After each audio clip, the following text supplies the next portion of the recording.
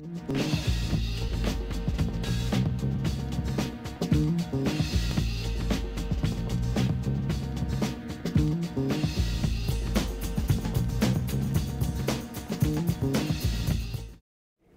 días, Merritt College. Buenos días, Merritt College. Good morning. Good morning. My name is Isela, Professor Gonzalez Santana. Most students call me by Santana only. And I teach English, and I'm also the English Puente instructor. And so for those of you who are maybe interested in the Puente program, it's a great program that helps students transfer to four-year universities. So, and we offer English and counseling. So I want to introduce to you at this moment my counterpart, Juana Martinez Rodriguez. Come over here, Juana. Let's give her a big hand. You want to say a few words? Yes.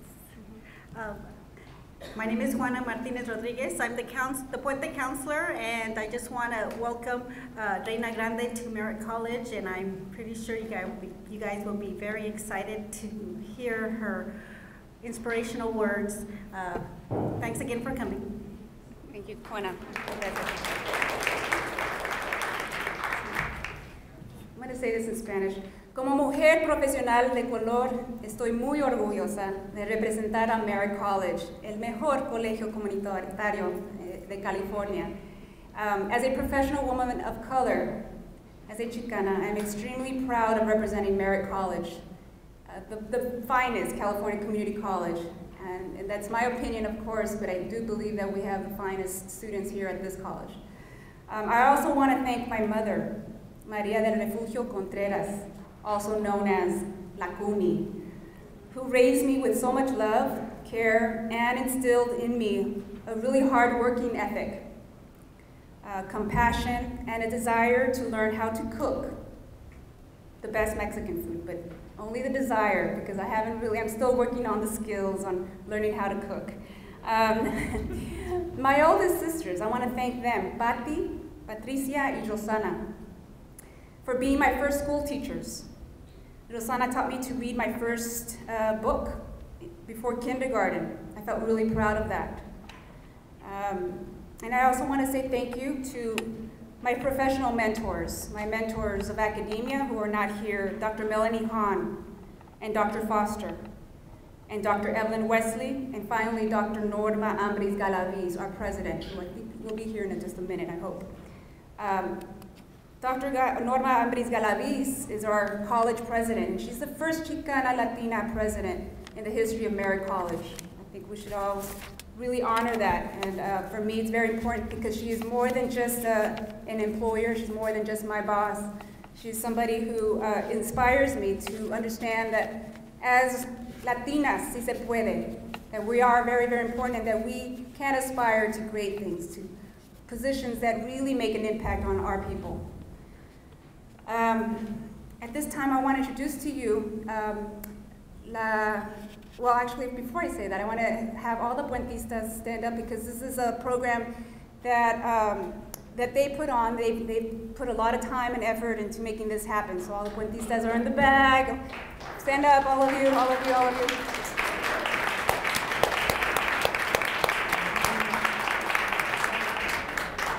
Gracias. So all the hard work that these students do, really, it's been amazing this semester and last semester.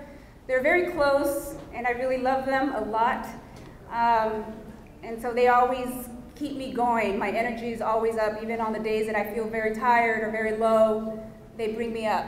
I also want to say thank you to Dr. Thompson, because she's put together a whole series of events for women's history. And I think, Dr. Thompson, you're here. Do you want to say something, Dr. Thompson? You sure? Okay.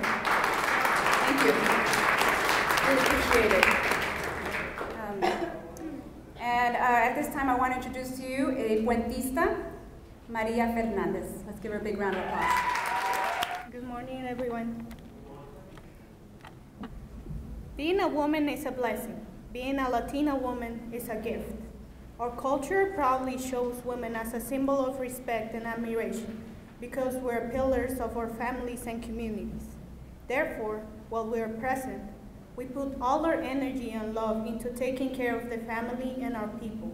But by the same token, when we are absent, our families and loved ones often feel a void and fragile.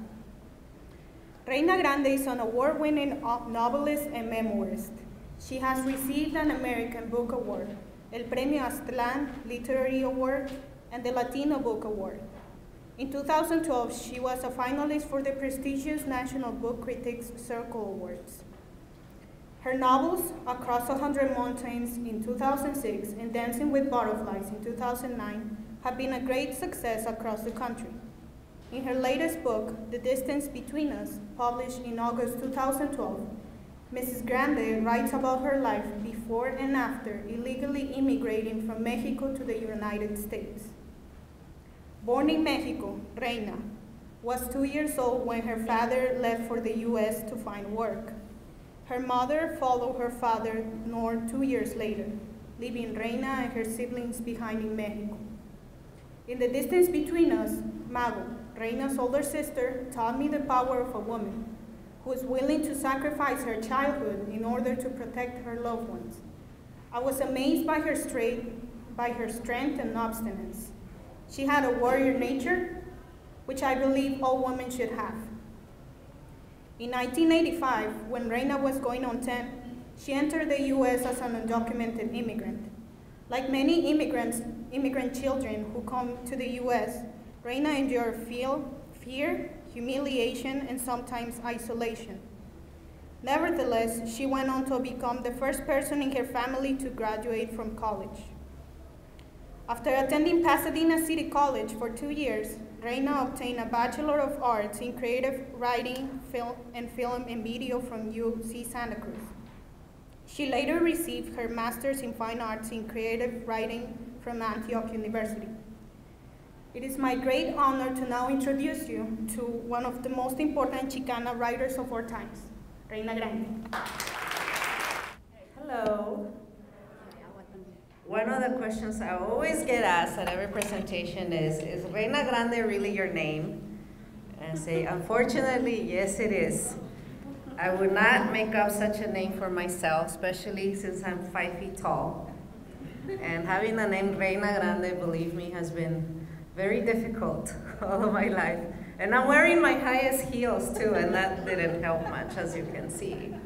So, but it's such a pleasure to be here with you all today. Thank you so much for coming out this afternoon to listen to my talk. I know that there's many of you who have read my work, especially The Distance Between Us, which is my latest book.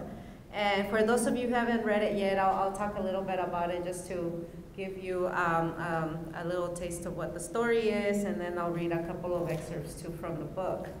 So I'm just gonna talk for a little bit, and I do wanna open it up for questions because I know that there's gonna be a lot of you with questions, or hopefully there'll be many of you with questions for me. So please feel free to ask me anything you want. I already wrote all my dark, deep secrets in my book, so I'm literally an open book.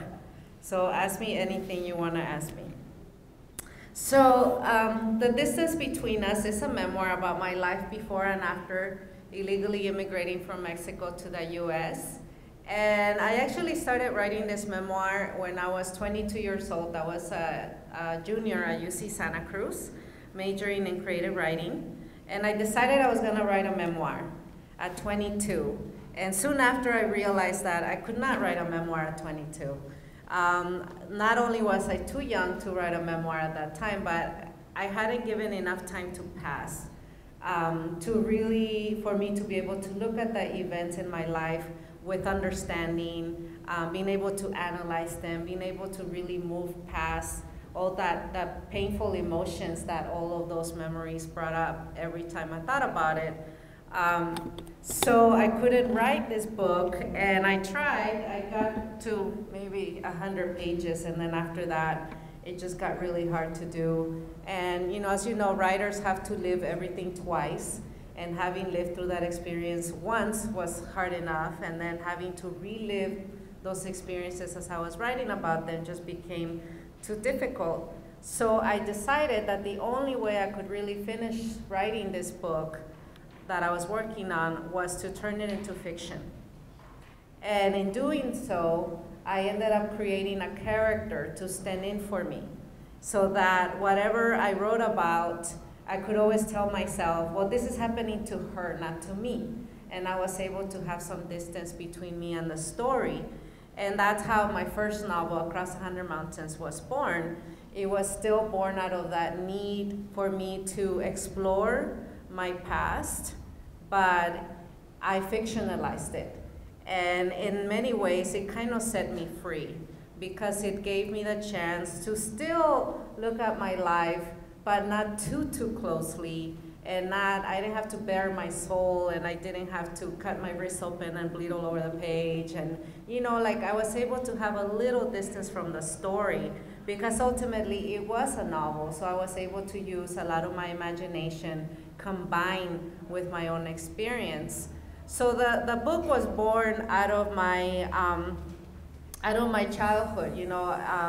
I wanted to write about what it was like for me as a little girl being left behind in Mexico by my parents, and the struggles that I faced during that time.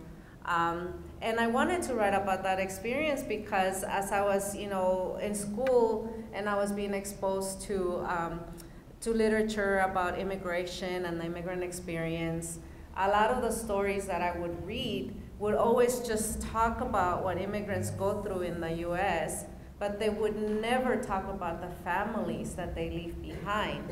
And to me, that experience deserves to be told, and those kids that get left behind deserve to have their own story, and they deserve for us to listen to that story.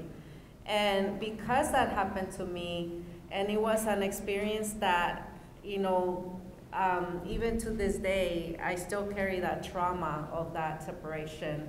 I just really wanted someone to acknowledge that this happens, and that, those stories also need to be told. And in creative writing, we have a saying that sometimes you have to write the book that you want to read. And because I wasn't finding that book, I had to write it myself. And that's what encouraged me and inspired me to start writing this book. But as I said, I had to fictionalize it because that was the only way I could get through it. So in Across 100 Mountains, I wrote a story of a young girl in Mexico who gets left behind by her father when he comes here to look for work. And then the father disappears, and she and her mother never hear from him again. And in that book, I was exploring my own fear as a little girl, because every day of my life while my parents were gone, my greatest fear was always, what if something happens to my parents? What if they forget about me and they never come back for me? What if I never see them again? So in my novel, I ended up exploring that fear and really making that the whole story. So the story is about a missing parent, and it's a journey of the girl trying to find her father, trying to find out what happened to him, why he never returned, and just trying to put her family back together again. So that's what that story is about. And after I finished Across 100 Mountains, and it was published, I wrote a second book, Dancing with Butterflies, and again, it was a novel. I was still working with fiction. And after I finished Dancing with Butterflies and I was contemplating on what I was gonna write next, I returned to the idea of writing that memoir, because I still hadn't given up on that idea of one day writing my own story. And I felt that after 2 books published, I had enough experience as a writer to be able to finally go back to my own story and be able to write it in a way I hadn't been able to do it when I was 22. So that's when I decided it was time for me to go back to writing the memoir. And I started to write that, and it took me 4 years to write it. And I was still, very emotional. I always felt like every day that I wrote, I felt like I would get on a little emotional roller coaster, and every day it was up and down, up and down, up and down of changing emotions. A lot of pain, a lot of anger, a lot of resentment, some bitterness, all of that. I had to let all of those things out in order for me to really finally understand the things that had happened. And my father was a very quiet man, and he never really liked talking about the past. And every time that, I would ask him questions when I started to write the book, I would try to ask him questions about what happened, and he would always tell me, why can't you just forget about it? Why can't you just leave it behind in the past and let it go? And that's what he would say, let it, just let it go. And my father, he never understood that me writing about that experience was my way of letting it go. Because it was only until I understood those experiences, it was only when I came to terms with it, when I was able to really discover the meaning of it, that I was able to let it go. And after I finished writing the memoir, I finally got to that place. When I finished it, I felt so free and so liberated, and I felt like finally I could let this go, because now I finally understand why it happened. And writing for me has always been, a way of trying to understand the world around me, trying to understand why things happen. And I do believe that everything happens for a reason, and I always try to find a lesson in those things. Everything that happens in my life, whether good or bad, I always try to find okay, what is this moment trying to teach me? What should I learn from it? And that's how I learn from my life experiences, by really taking the time to really try to understand what is that moment, what is that lesson that I have to learn. So that's what I kind of managed to do all through my life, to look at my experiences in that way. And in writing about them, I finally am able to not only find a way to express myself, express my emotions, but also to just, put that story down, tell my story, and be able to share it with other people, because we all have common experiences. And when we have the courage to tell our stories, we give others that courage to tell theirs. And we all have a story, and a lot of times we live in a society, especially if you're an immigrant or if you're a person of color, they always make you feel that your story doesn't matter, that your story doesn't count, or they make you feel that you don't have a story at all to tell. But we all have a story, and all of our stories matter. We just have to have the courage to be able to tell it, so that we could also inspire others to do the same. And I started writing when I was very young. For me, one of the things that happened when I was little that kind of led me to become a writer was that when I was a little girl in Mexico, growing up without my parents, I was living in my grandmother's house.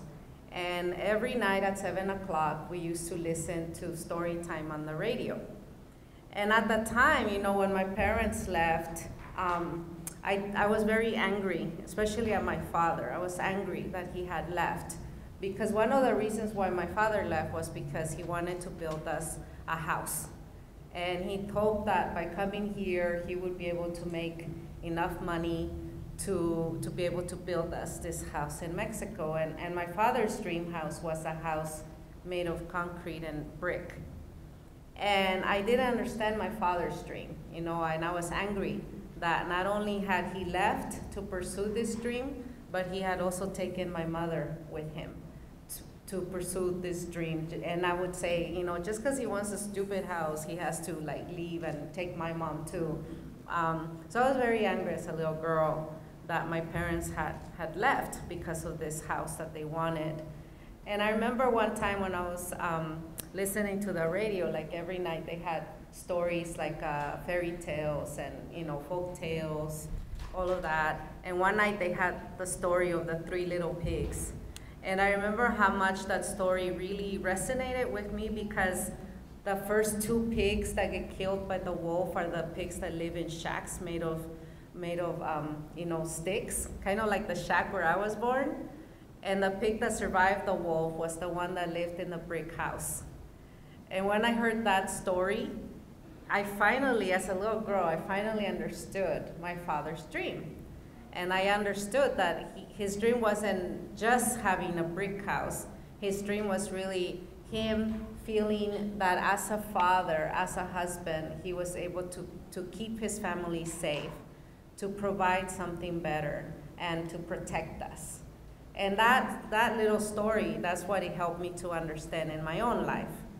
And after that, like, I would always listen to stories all the time and find a way to find a connection with the story and to try to discover what could I learn from that story that would give meaning to my life and to help me understand why things are happening.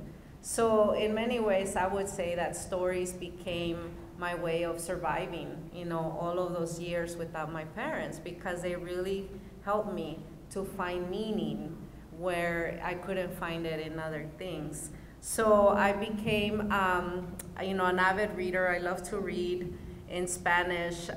In Mexico, we always got literature books at school with poetry and short stories and all of that, and I would just devour those books because, again, I was always trying to find meaning in the stories. So when I came to the US, I was 9.5 when I came here, and I came to be reunited with my father. My father came back to Mexico to bring us across the border, and we were undocumented, so that's how we had to sneak across the border with my dad, and we ended up coming to live with him in Los Angeles. And by then, you know, my parents had split up, and my father had remarried, and then my mom remarried as well. So I don't talk a lot about my mom because I grew up with my dad, basically. So when we came to live with him, again, you know, I started doing the same survival techniques. I started to find stories so I could understand, you know, the world around me, and especially like coming from Mexico to LA was such a complete, you know, difference in culture and the way of life. So I try to find ways to kind of make me understand and help me understand my new environment, my new life in the U.S. And when I started school, I didn't speak English, so it was hard for me at first to find those books, you know, that I needed so that I could start reading again, because I could only read in Spanish, and my school didn't have Spanish books. They didn't have a ESL program. They didn't have bilingual education. So when I started school, not knowing a word of English, the teachers put me in a corner, and that's where I spent like the whole 5th grade, 6th grade, just in the table in a corner, kind of observing, but never feeling part of the class. And that was, to me, like, you know, one of my first experience with feeling marginalized in the US, where my teacher just put me in a corner of the classroom, and I was never really invited to join in or to feel that I was part of it. And I was very desperate to get my hands on some books so that I can kind of lose myself in those stories and kind of escape what was going on around me. And I had this experience in that school in 5th grade. I had an experience that I kind of want to read to you about, because it deals with, you know, with writing, and it's the time when I finally wrote my very first story. So after all these years of listening to stories, of being a reader of stories, I finally became a writer of stories. And that experience was something that taught me a very big lesson after it happened. So I'm gonna read to you a chapter that takes place soon after I get here to the US and I start 5th grade. And yeah, okay, so here you go. Mrs. Anderson announced there was something important she had to tell us. Through Mr. Lopez, her assistant, I learned that there was going to be a school-wide competition. That week, every student in each class would be writing their very own books, and the teachers would select the best ones in their classes. From there, the selected books would be judged and 3 lucky winners chosen. I will finally get my chance to make Papi proud, I said to myself. For the rest of the week, we spent a lot of time working on our projects. Mr. Lopez said we could write our stories in Spanish, since that was the language we knew best. At first, I didn't know what to write. I had never written my very own story before. I had always liked to read in Mexico, but here in this country, books for kids my age were very difficult for me to read because of my limited English. The books Mr. Lopez gave me were those for kindergartners, books with big letters and lots of pictures. I love looking at the pictures, but the stories weren't very interesting. See, Spot, run. I missed the literature books I left behind in Mexico, the ones I was given at school. I loved the stories in those books. My favorite one was of a little pine tree that wished his needles were made of gold. He got his wish and his needles turned to gold, but a robber came at night and stole them. Then he wished for his leaves to be made of glass, but they broke when a strong wind came. Then he wished his needles to be big glossy leaves, but the next day goats came and ate them. The little pine tree then learned to like himself as he was. Because I couldn't think of any story of my own to write, I started to write the story of the little tree. But the next day I felt bad about copying someone else's story, so I threw away the pages and started again. I thought, and finally I decided what I was going to write, the story of my birth. As I wrote, I closed my eyes and saw Mommy in our little shack, lying down on the dirt floor over the straw mat. The midwife came into the shack and saw Mommy bending over in pain. I could perfectly picture the midwife lighting a fire under the comal, the big round griddle where Mommy made tortillas, and putting a pot of water there to boil. I could feel the heat of the flames. "Don't push yet," I heard the midwife say as she sharpened her knife. "You aren't ready yet." As I wrote my story, I told about how I couldn't wait to be born, and the midwife barely had enough time to catch me before I hit the dirt floor. "It's a girl," the midwife said as she put me into Mommy's arms. Then came the best part of my story, my favorite part. I wrote about how Mommy had turned to face the fire so the heat of the flames could warm me. As the midwife cut the umbilical cord, Mommy pointed to a spot on the dirt floor and told the midwife to bury it there. I wrote how even though I was now living far away from Mommy and my country, I hadn't forgotten where I came from.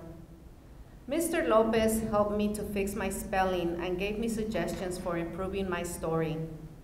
When it was as good as it could be, he gave me white paper so I could write it nice and neatly. When I was finished, I started my favorite part, drawing pictures. Mrs. Anderson showed the class how to bind our books. She gave us 2 rectangular pieces of cardboard and butcher paper to make the cover. By the end of the week, we were all done with our books, and Mrs. Anderson picked them up and put them on her desk. Because it was Friday and we had worked hard all week, she put on a movie for us to watch as a reward. She said she would read our books while we watched our movie. The movie was about an alien named E.T. who wanted to go home. I felt bad for the alien because life in the US was very difficult for him. I could understand him wanting to go home. I was jealous because he seemed to learn English a lot faster than I had all those months. I couldn't concentrate on the movie because I kept glancing at Mrs. Anderson. She had put all the books on the right side of her desk. As she read, she began to make 2 piles. One pile was getting bigger and bigger, and the other pile remained small. I knew the big pile was of the books she hadn't liked. I froze when she picked up my book. She opened it, flipped through the pages in the blink of an eye, then she closed the book shut and put it in the big pile. My eyes began to burn with tears. My book had been rejected, but she couldn't have read it. No one reads a book in 1 second. I knew she had rejected it because she couldn't understand Spanish, so she couldn't read it. I wanted to stand up and say something. I wanted to tell her she had made a mistake and she should try to read it again, but I didn't have the English words to say what I thought, and so I said nothing at all. E.T. was going home. He was saying bye to his friend and getting into his ship. How I wish I could go home too, back to Mexico, where I could speak to my teacher in my own language, where I could stand up for what I believed in, not caring if afterward I got hit with the ruler for my rebellion. I didn't want to be in this country if that's how things were always going to be for me. At the end of class, Mrs. Anderson held out the books she selected for the competition. Out of the 8 books she chose, not even one was written by one of the kids at my table, the non-English speakers. You kids did a great job on those books, Mr. Lopez said to us in Spanish. Just because they weren't chosen doesn't mean they weren't good. Just not good enough, I said under my breath. I put my head between my hands, tears threatening to flow as I felt the disappointment come at me like a huge wave. Mr. Lopez looked at me and then at the other 4 students at my table. He said, "There's no reason for any of you not to get ahead in life. You will learn English one day. You will find your way. Remember, it doesn't matter where you come from. You're now living in the land of opportunity where anything is possible." Mrs. Anderson put all the rejected books around the room to display them. I knew she was doing that so the students wouldn't feel bad for not being chosen. But when we were dismissed, as I was walking by my book, I took it from the shelf where Mrs. Anderson had put it. One day, I promised myself, thinking about Mr. Lopez's words, I will write a book that won't be rejected, one that will make my father proud. So, this experience, thank you.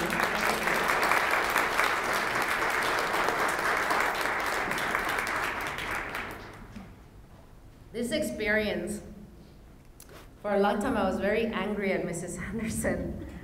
And I actually, it took me a long time to start writing again after that. It took me 3 years before I finally had the courage to write another story. And at that point I was 13, and I had just graduated from the ESL program at my middle school. So I felt like I could finally write a story in English.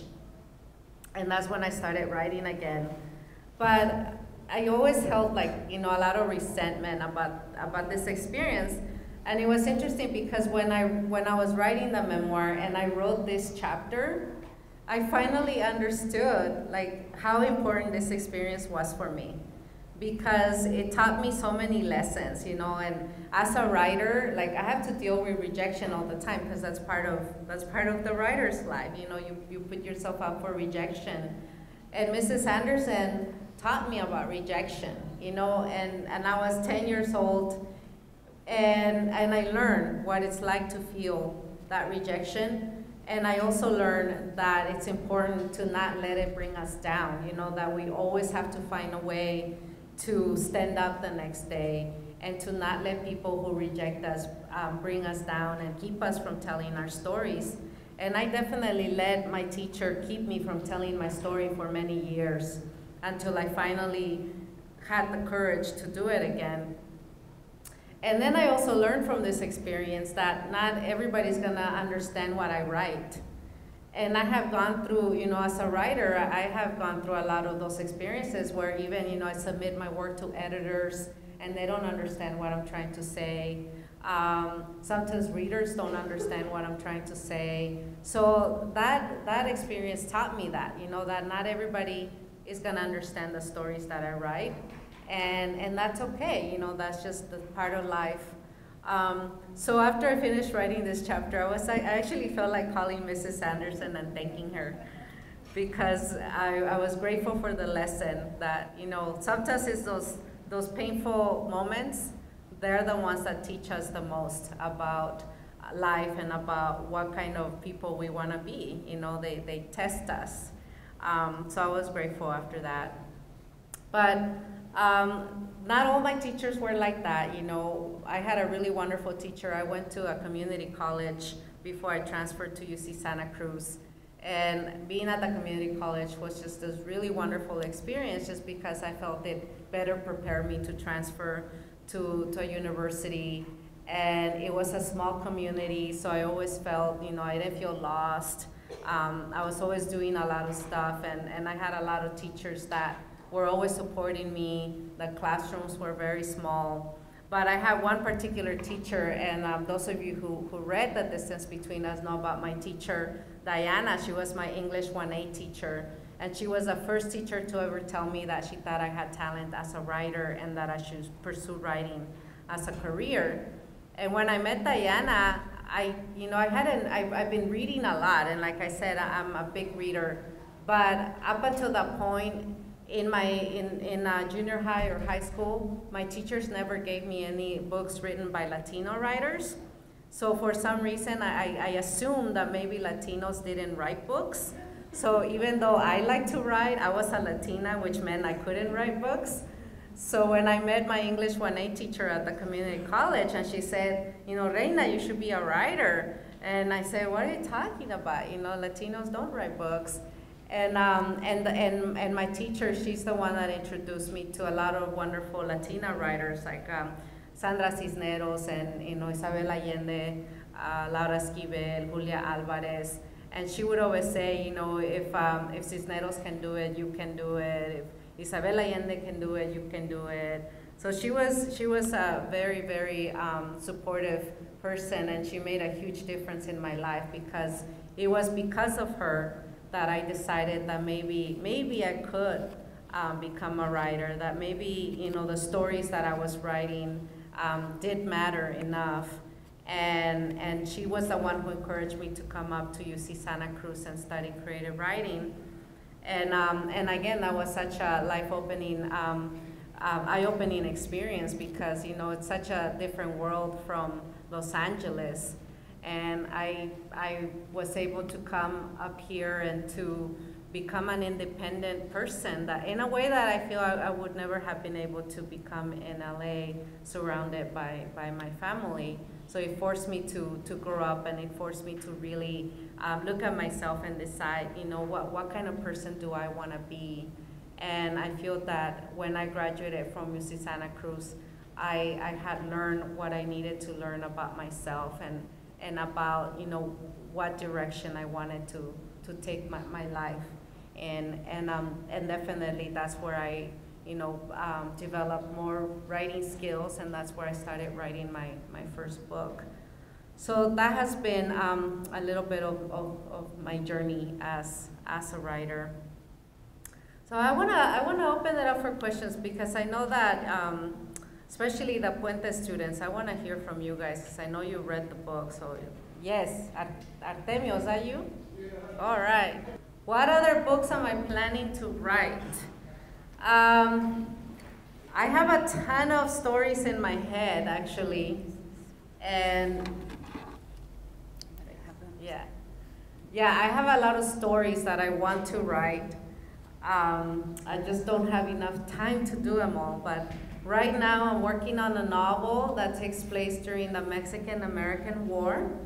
It's historical fiction, and I wanted to write about the experience of this time period, because again, I like to write about the U.S. and Mexico. Every one of my books that I've written has to do with Mexico and the U.S., and it has to do with immigration in some way. And this novel that I'm working on, it deals with immigration in a different way, because I'm writing, my main character is an immigrant from Ireland. I don't know if you guys are familiar with that time period about the U.S.-Mexican War. The U.S. was recruiting a lot of Irish immigrants that were coming from Ireland, and they were literally recruiting them right off the ships, because they wanted to grow the army, because the country was about to go to war and they needed soldiers. So 50% of the US Army was made of immigrant soldiers, mostly Irish, Germans. So they were recruiting all these immigrant soldiers. And at the time, the Irish were heavily discriminated. They were the most discriminated group of immigrants that were coming to the US. And when they signed up to be in the U.S. military, They suffered a lot of discrimination, a lot of racism, especially because they were Catholic. They were not allowed to practice their religion. It was, they suffered a lot while in the army. And they happened to be stationed right across Mexico, right? And the Rio Grande. And they were on one side of the river, and then the Matamoros was on the other side. And what happened because of all this discrimination the Irish and the other immigrant soldiers were experiencing, they decided to desert the U.S. Army and they switched sides. So they ended up fighting for Mexico. And they formed a battalion called the St. Patrick's Battalion. And so this particular time in history really interests me a lot because, again, it deals with immigration, it deals with Mexico-U.S. relations, and I really wanted to explore, that experience of the Irish, of what they went through when they got here, and what, led them to start deserting the U.S. Army and switching sides so they could fight for Mexico. And what's really interesting about this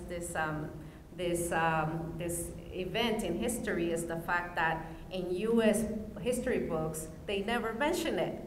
They never talk about it. They hardly mention the U.S.-Mexican War, even though it was the war where the U.S. nearly doubled in size.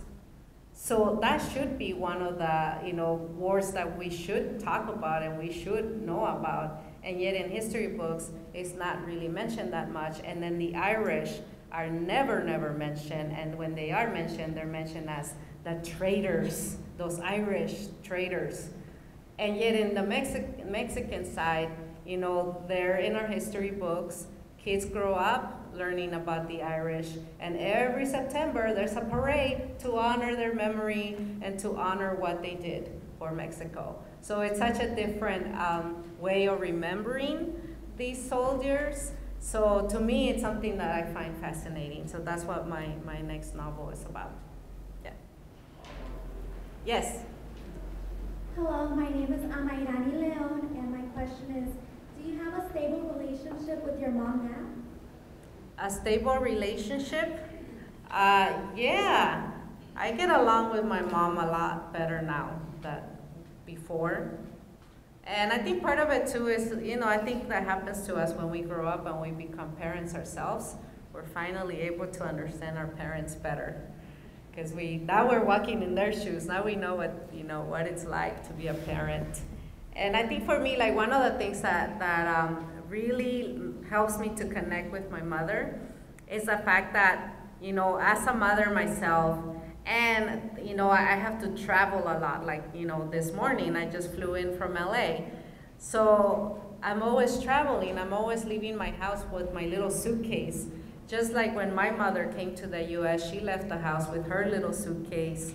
And I'm asking her, how long are you gonna be gone? When are you coming back?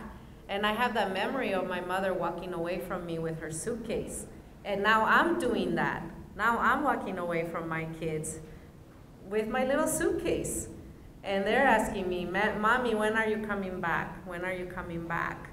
And, and I feel like my mom. And I said, I'm like my mom. I'm leaving my kids to pursue my dreams, to go off and have a career, but I'm leaving my kids. And yes, it's different in that, I always come back. I mean, I took the earliest flight I could, so today after the talk, I'm going back to the airport so I could go back home. I mean, I try to go back, to my kids as soon as I can, but that doesn't take away the fact that I do leave, and I do leave. And sometimes I don't come home for a whole week because I have to do, a lot of presentations like in the East Coast or whatever. So that has really brought me a lot closer to my mom because I finally understand that, ultimately you're a woman. You're not just a mother, you're not just a wife, you're a woman with your own dreams, your own aspirations. And sometimes it's really hard to be, be a mother, be a wife, be this woman and kind of try to juggle it all. And I think for a long time, I looked at my mother with resentment because she had walked away from me that day and she left me behind and I couldn't understand. but now I feel that I do. You know, now I understand that my mother was also a woman who was trying to pursue her dreams, and by doing so, she was also trying to give us something better. Yeah. Thank you. Mm-hmm. My name is Laura Hernandez, and I wanted to ask, how did you balance your personal and family problems with school? Did you have a strategy for it? You know, for me, school was my refuge. And I love going to school just because it got me out of the house and it got me away from all those problems I was dealing with at home. So every time I went to school, I almost felt like that was my house. And when the bell rang and I had to go back home, I would get sad because I didn't want the day to end. So for most of my growing up, I would say that, you know, for me, school was a safe place. It was a place where I could be happy. And it got a little hard. You know, there's a moment here in the memoir that I write about when I was at the community college, and my father, he was dealing with severe alcoholism, and he actually passed away a few years ago from liver cancer because of the alcohol. And so he was dealing with alcoholism. He was also very physically abusive. And one time he and my stepmother got into a fight, and he ended up beating her up, and she went to the hospital. And then the cops showed up and they arrested my dad, and they handcuffed him right in front of me, took him out the door, out to the patrol car, and I had to watch them take my father away in handcuffs. And then the next day I still had to go to school, and I still had to turn in my homework, and I had to, you know, pay attention in class. And I remember that was the day when I could not concentrate at all, where all I could think about was that my life was falling apart, that my father was in jail, and I didn't know what was gonna happen to us. And so I was very, very worried. And it was a struggle that day, you know, to block all of those worries out and be able to just concentrate on school. And after that, you know, it was very hard. You know, it was very hard to deal with the family problems and also, you know, keep being a good student because things had gotten out of control. And I think for me, like, one of the reasons why my English teacher encouraged me to come to UC Santa Cruz was because I needed to put some space between me and all of those family problems, because they were just like bringing me down, and I knew that sooner or later, if I didn't get out, I was gonna end up having to drop out of school or you know, or something. So when I came to UC Santa Cruz, part of it was so I could get away, so that I could just, once again, just focus in school, focus on what I wanted to do, and put some distance between me and all those problems so that I could finally just allow myself to heal. And I remember the first day that I got to UC Santa Cruz and I went to my student apartment, I remember coming out of my bedroom and for the first time just feeling so at peace, because that was the first time that I was able to walk out of my room and not have someone yell at me or put me down or threaten to beat me. I didn't have to deal with any of that. And I felt so free to just be away from all of that. And being there, you know, it really helped me to heal. And it really helped me to understand that there comes a point in your life where you cannot allow your family to bring you down and to keep you from pursuing your dreams. Because as much as you want to help them, if you are not doing well, you cannot help anybody. You know, and I get on airplanes all the time. And one of the things that they always tell you on the airplane is, if something's happening and the oxygen mask comes down, you put that oxygen mask on first before you help anybody else. Okay? Before you help your children, before you help whoever's with you, you put on that oxygen mask first. And that's the same thing with life. If you are not doing well, you cannot help anybody else. You're useless. Does that make sense? You have to help yourself first. You have to make sure that you're doing well before you can say, okay, how can I help everyone else? Yeah. Yes. Ms. Grande? Yes. I wanted to say thank you. I appreciate you being here. And Thanks. It's an honor to meet you. I read your book, and I'm a student. I also went to student with Ms. Santana. I was wondering about your sister, Mago. I know that you said she was your little mother back then. Yes. So I'd like to know if you're still close with her. With my sister Mago.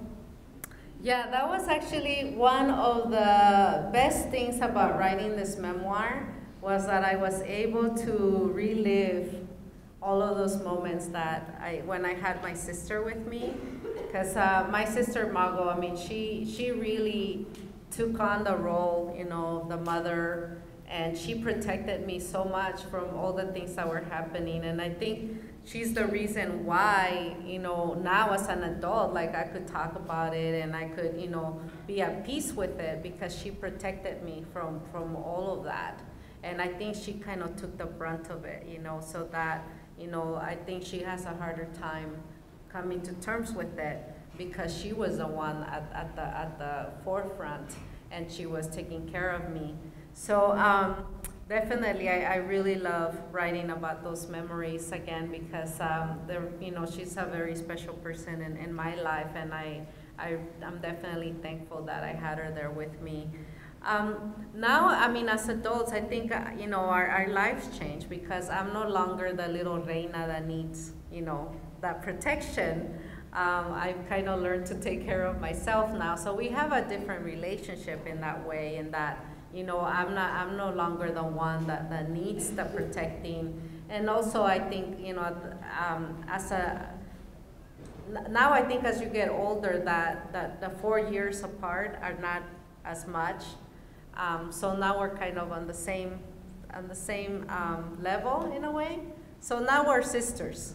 Before, she was my little mother, and now she's my sister, you know.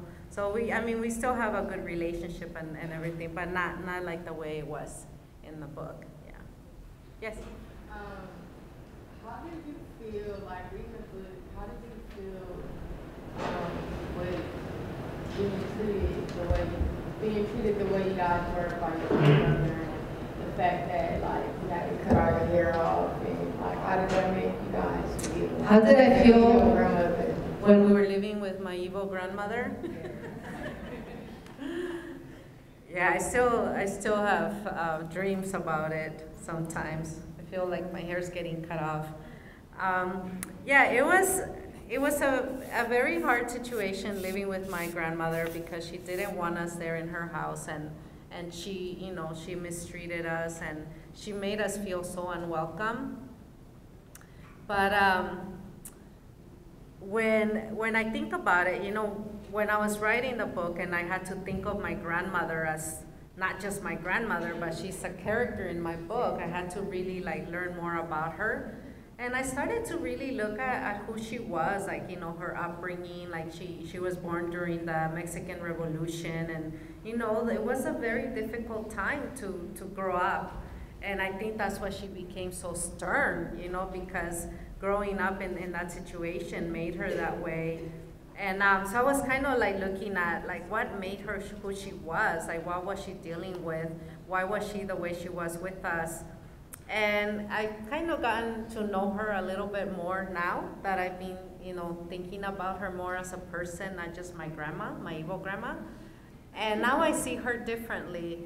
And the last time I saw her, it was back in 1997, like a few months before she died. And she had, you know, she developed osteoporosis, and then she also, like, kind of lost like awareness of who she was. So when I went to visit her, she didn't even know who I was. Like, she thought I was her sister or something. And I just felt really bad for my grandma. So I don't know. Yeah.